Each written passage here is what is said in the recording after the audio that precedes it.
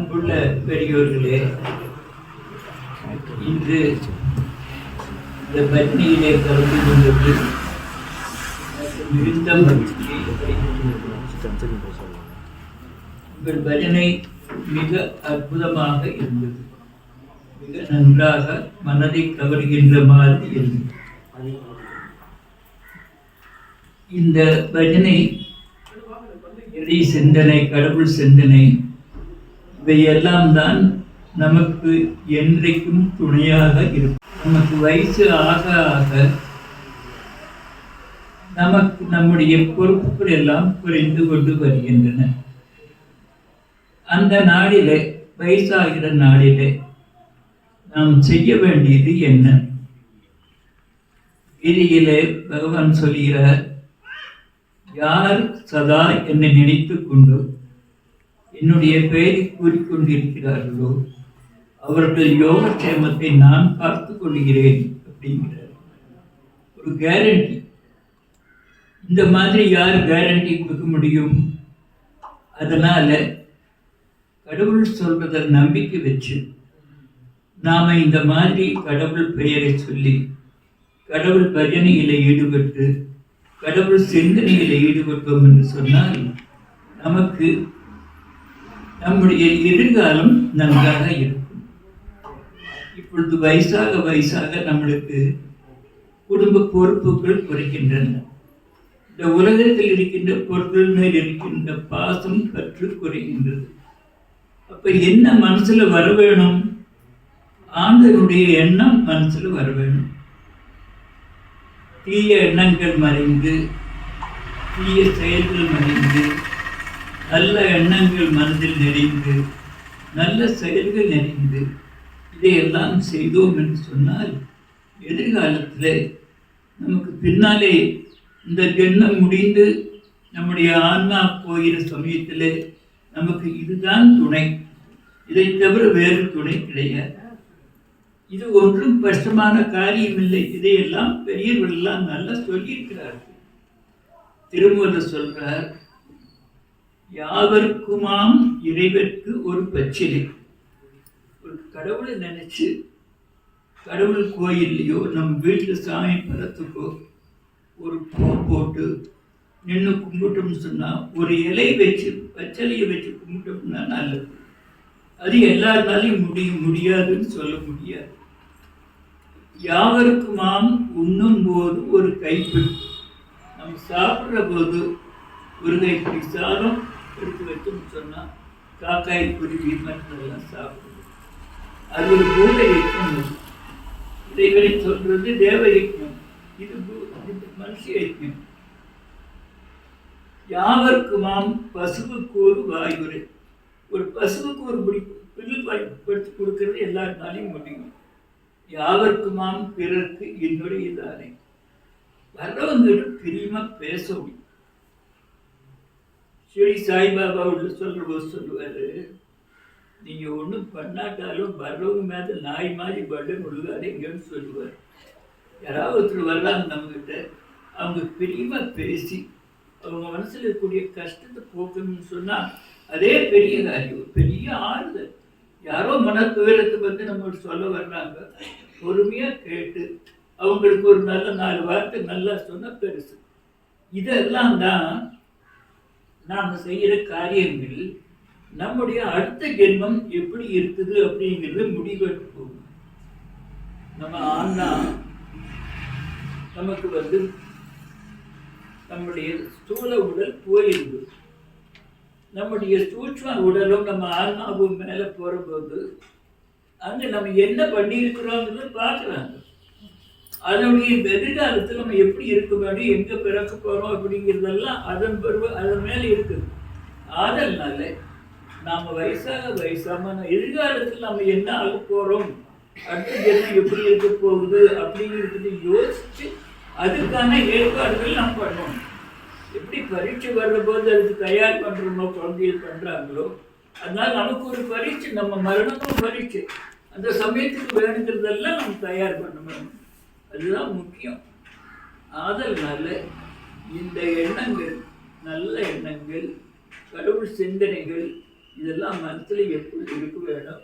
இந்த உலக பாசபந்தங்கள் போது உலகத்தை எல்லாம் பார்க்க, இதுக்கு மேல நம்ம எதுக்காக பார்க்க செய்ய வேணும், கடவுளை பற்றி நினைக்க வேணுங்கிற அந்த எண்ணத்துல இருந்து சொன்னா நம்ம எதிர்காலம் ரொம்ப நல்லா இருக்கும்.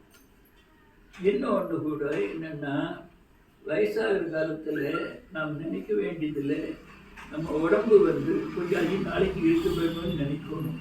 ஏன் நினைக்கணும்னு சொன்னா, அப்பதான் கடவுளை பற்றி அதிக நினைக்கிறதுக்கு நேரம் இருக்கு, அதனால நம்ம எதிர்காலம் நல்லா இருக்கும் அப்படிங்கிறதுக்காக நினைக்கிறோம்.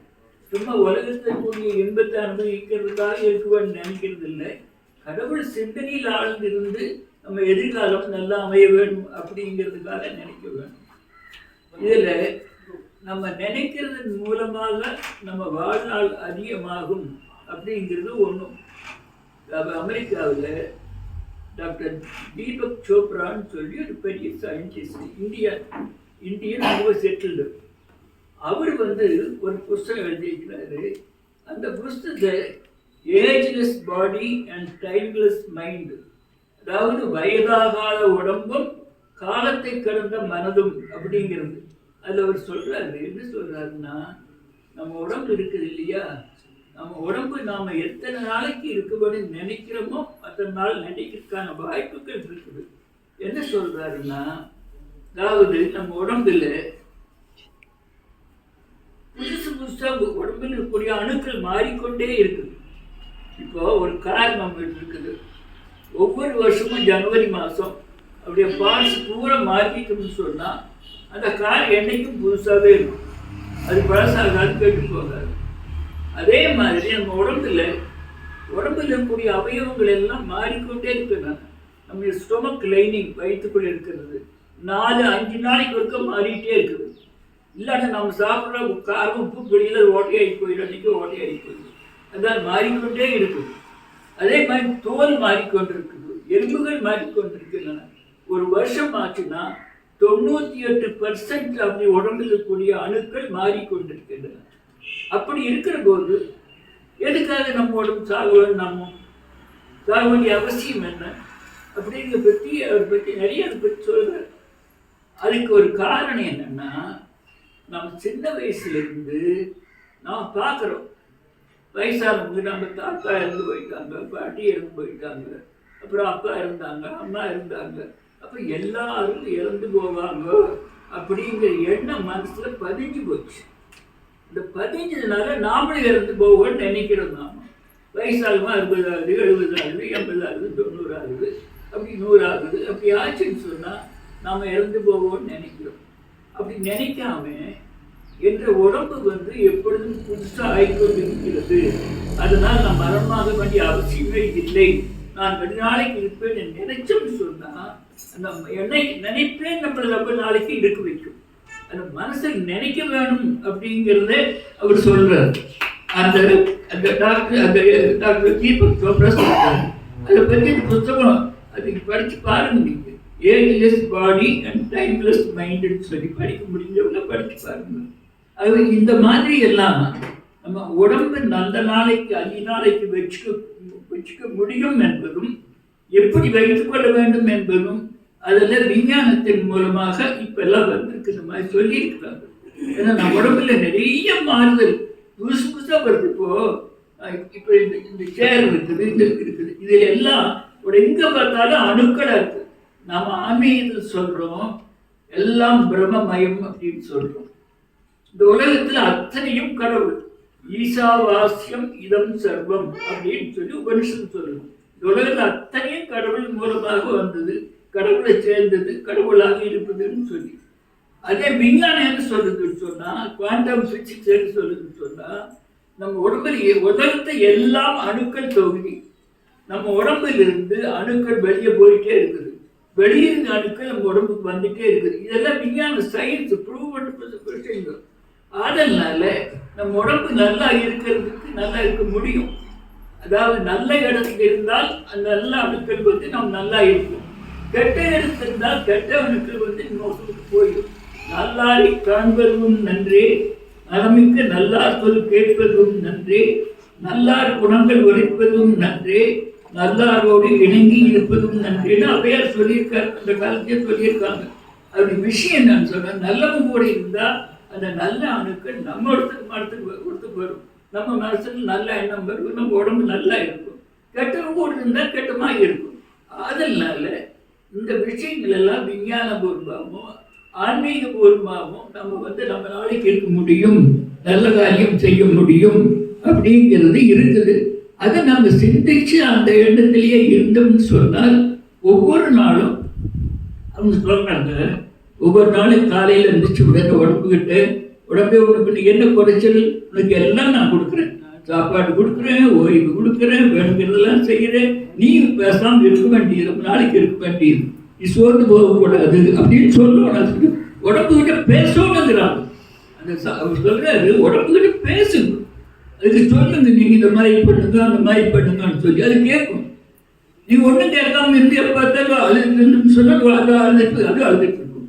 அதனால நம்ம மனசுல என்ன நினைக்கிறோமோ அது நல்லதா நினைக்கணும், தைரியமா நினைக்கணும், பாசிட்டிவா நினைக்கணும், உருப்படியா நினைக்கணும். நினைச்சோம்னு சொன்னால் நம் உடம்பு நல்லா இருக்கும். நல்லா இருந்தால் நம் கடவுளை பற்றி நினைப்போம். அப்படி கடவுளை பற்றி நினைத்தால் அடுத்த ஜென்மம் நன்றாகும். அடுத்த பிறகு எத்தனை பேர் இன்னைக்கு கஷ்டப்பட்டு இருக்கிறாங்க. ஏன் கஷ்டப்படுறாங்க? அவங்க போன ஜென்மத்துக்கு பண்ண தப்பினுடைய கர்மத்தை போன ஜென்மத்தை தப்புனாலே செய்யறாங்க. நாம ஒண்ணு தப்பு செய்யாம நல்லாவே ஆண்டவர் நினைச்சிட்டு நமக்கு ஏற்பட்டோம்னா ஆகாது, நம் பிறவி நல்லா இருக்கும். அதனால இது எல்லாம் நினைக்கிறது ரொம்ப முக்கியம். அதனாலதான் வயசான காலத்துல நல்ல இடத்துக்கு போகணும், கோயிலுக்கு போகலாம், போகப்பட வேண்டாம், வீட்டில் உட்கார்ந்து கண்ணம்படி கோயில் நினைச்சிட்டாலே போதும். கோயில் மனசுக்கு இருக்கிற நம்ம சாமிக்கு முன்னாடி இருக்கிறதா நினைச்சிட்டு நம்மளே சொல்லிட்டே இருக்கலாம், நாம யோகம் பண்ணிட்டே இருக்கலாம். பண்ணிட்டு இருந்தோம்னு சொல்ல கடவுள் சிந்தனையிலேயே நம்ம இருக்கிறோம். கிருஷ்ணர் சொல்றாரு, எதை நினைச்சால் நாம இருக்கிறோம் சொல்லி. அதனால இந்த மாதிரி எண்ணங்களையே நம்ம இருந்து செய்வது ரொம்ப நல்லது. நம்முடைய சாய் சமையல் இந்த மாதிரி நீங்கள் பஜனை செய்கிறது இது ரொம்ப நல்லது. இன்னும் நிறைய பேர் சேர்ந்து இருந்து இந்த மாதிரி நல்ல காரியங்களை அனுபவிச்சா ரொம்ப நல்லா இருக்கும். இன்றைக்கு நீங்கள் எல்லாம் இந்த மாதிரி இருந்து செய்வது ரொம்ப சந்தோஷம். எல்லாருக்கும் நன்றி.